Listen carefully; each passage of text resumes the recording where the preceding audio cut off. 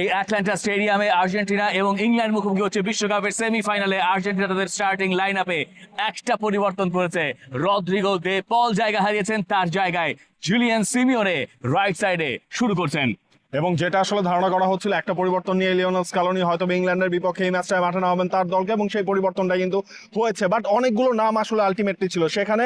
Simeone তিনি আজকে এবারের বিশ্বকাপে আরো একটা ম্যাচ স্টার্ট করছেন, জর্ডানের এগেনস্টে ম্যাচটা তিনি খেলেছিলেন, এবং আজকের ম্যাচে রদ্রিগো ডি পলের জায়গায় তাকে ইউজ করা হচ্ছে। এখানে আর্জেন্টিনার দুটা লাভ আছে, উইংটার একটু হয়তো বা অ্যাক্টিভ হবে, এবং হচ্ছে আপনার প্রেসিংটা সেখানে রদ্রিগো ডি পল এবং সিমিওনে এই দুজনের মধ্যেও কিন্তু দুইটা আসলে ডিফারেন্স রয়েছে।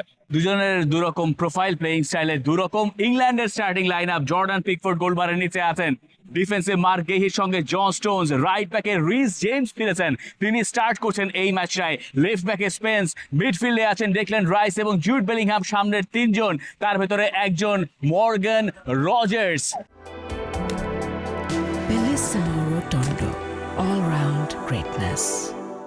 আছেন সেখানে লেফট সাইডে অ্যান্থনি গর্ডন, আছেন হ্যারি কেইন, আর এই হচ্ছে ইংল্যান্ডের 11 জুড বেলিংহাম আছেন সেখানে। কথা হচ্ছে ইংল্যান্ডের এই 11-এ রিস জেমসের ফেরাটা ইংল্যান্ডের জন্য বিরাট বড় পজিটিভ। রিস জেমস ইনজুরিতে ছিলেন, এরপর লাস্ট ম্যাচটা আমরা দেখলাম রিস জেমসকে নামানো হলো ইংল্যান্ড ভার্সেস নরওয়ে যে ম্যাচটা হয়েছিল, যদিও রিস জেমস সেই ম্যাচে কিন্তু প্রপার রাইট ব্যাক হিসেবে আসলে তখন ওই মোমেন্টে তিনি খেলেন নাই। তবে আজকের ম্যাচটা নিকো রাইলিকে কিন্তু বসিয়ে দেওয়া হয়েছে। লেফট সাইডে স্পেন্স হচ্ছে আজকের ম্যাচটা স্টার্ট করবেন, এবং মর্গান রজার্সের ইনক্লুশনটা আমার কাছে মনে হচ্ছে একটু অবাক করার মতো হয়েছে এই ধরনের ম্যাচে। অবাক করার মতো, অ্যাস্টন ভিলার গোলকিপার এমি মার্টিনেজকে তিনি খুব ভালো মতো চেনেন, এবং এই জায়গায় একটা দারুণ ব্যাটেল হবে দুই অ্যাস্টন ভিলা প্লেয়ারের ভেতরে। এবং এই যে দলটা নামানো হয়েছে, মানে ইংল্যান্ড যে একাদশটা চুজ করছে তার ভেতরে একদম পরিষ্কার Elliot Anderson, Declan Rice, Lionel মেসিকে মার্ক করার চেষ্টা করবেন। জুড বেলিংহামকে আরো উপরের দিকে রাখতে চাইবেন টমাস টুখেল, তাকে ডিফেন্ডিং এ অত বেশি ব্যতিব্যস্ত তিনি রাখার চেষ্টা করবেন না, বা অন্তত পক্ষে সেটা চাইবেন না। হ্যারি কেইনকে মার্ক করতে পারতে হবে কুতি রোমেরো এবং লিসান্দ্রো মার্টিনেজকে। ওই জায়গাতেই আর্জেন্টিনার জন্য বিপদ, দুই উইংয়ে স্পেশালি মর্গান রজার্স এবং অ্যান্থনি গর্ডন, এই দুজন মানে আর্জেন্টিনা এর আগের ক ম্যাচে যা খেলেছে এরপরে তাদের এক্সপ্লয়েট করার যথেষ্ট সুযোগ থাকার কথা, এবং ওইখানেই জুলিয়ান সিমিওনে আলোচনায় আসবেন। জুলিয়ান সিমিওনে সেখানে একটা সাইড কতখানি রাখতে পারছেন, আর অন্য পাশে যদি এনজো ফার্নান্দেজ খেলেন লেফট মিডফিল্ডের পজিশনে, তাহলে তাকেও যথেষ্ট পরিমাণ ডিফেন্ডিং এ ব্যস্ত থাকতে হবে। কারণ হচ্ছে আপনি দেখেন হ্যারি কেইন, গর্ডন, রজার্স এবং জুড বেলিংহাম এই চারজনে কিন্তু ফিজিক্যালি খুবই স্ট্রং।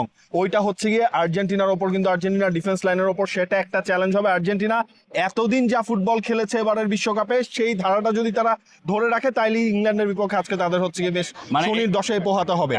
হ্যাঁ, এটাই হচ্ছে মেইন কথা। কারণ হচ্ছে ইংল্যান্ডের এই লাইন আপটাও কিন্তু যথেষ্ট স্ট্রং, এবং টমাস টুখেল বুঝে শুনে আমার মনে হয় এই পরিবর্তনগুলো তিনি করেছেন।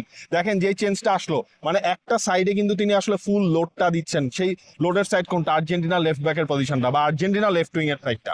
আর্জেন্টিনাকে যে কাজটা করতে হবে, বিশ্বকাপে এখনো পর্যন্ত আর্জেন্টিনার খেলা ওঠে নাই, আর্জেন্টিনাকে এই বিশ্বকাপের সেরা খেলাটা খেলতে হবে ইংল্যান্ডকে হারাতে হলে। ইংল্যান্ড এর আগে ক্রোয়েশিয়া বা মেক্সিকোর সঙ্গে টাইট ম্যাচ জিতেছে, আর্জেন্টিনাও সেই কাজ করছে। ইংল্যান্ডও আহামরি যে খুব বড় বড় পারফরমেন্স দেখিয়েছে ঘটনাটা তাও না, কিন্তু এই ম্যাচে যেহেতু 3 বারের বিশ্ব চ্যাম্পিয়ন, গতবারের চ্যাম্পিয়ন আর্জেন্টিনা ফেভারিট, কিন্তু ফেভারিটদের মতো না খেলতে পারলে তারা এই মাঠ থেকে তাদের বিদায় নিশ্চিত হয়ে যেতে পারে। আর এই মাঠে আর্জেন্টিনা লিওনেল মেসি রেকর্ড করতে ভালো না।